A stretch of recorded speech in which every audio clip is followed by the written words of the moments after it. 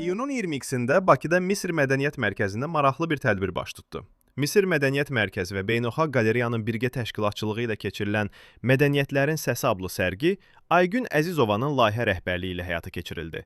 Sərgidə müxtəlif yaş qruplarından 80 nəfər həvəskar rəssam öz əsərləri ilə iştirak etdi.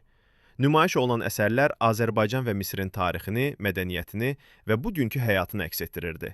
Tədbiri giriş sözü ilə Misir Mədəniyyət Mərkəzinin rəhbəri Professor Doktor Tarek Abulfotu açdı.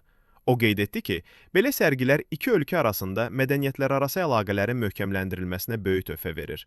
Beynəlxalq Qaleriyanın direktoru Elnura İskəndərova isə iştirakçıları salamlayaraq sərginin əhəmiyyətindən bəhs etdi və nümayiş olunan əsərlərin hər iki ölkənin tarixini və mədəniyyətini çox gözəl əks etdirdiyini vurğuladı.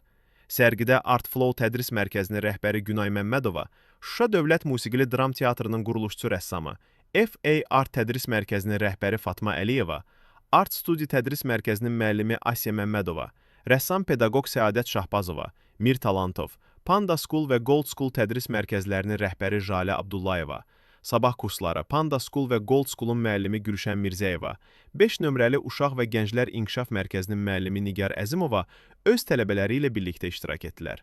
Tədbirdə fəxri qonaq kimi media nümayəndələri Xanoğlan Əhmədov, Yeganə Telman qızı və Samirə Səfərova, Azərsuvenirin əməkdaşları Qətibə Cəfərova, Fuad Quliyev və Fidan Sahibcanova da iştirak edirdilər. Tədbirin sonunda qonaqlara Misir milli şirniyyatları təqdim olundu. İştirakçılara sertifikatlar verildi və xatirə fotoları çəkildi.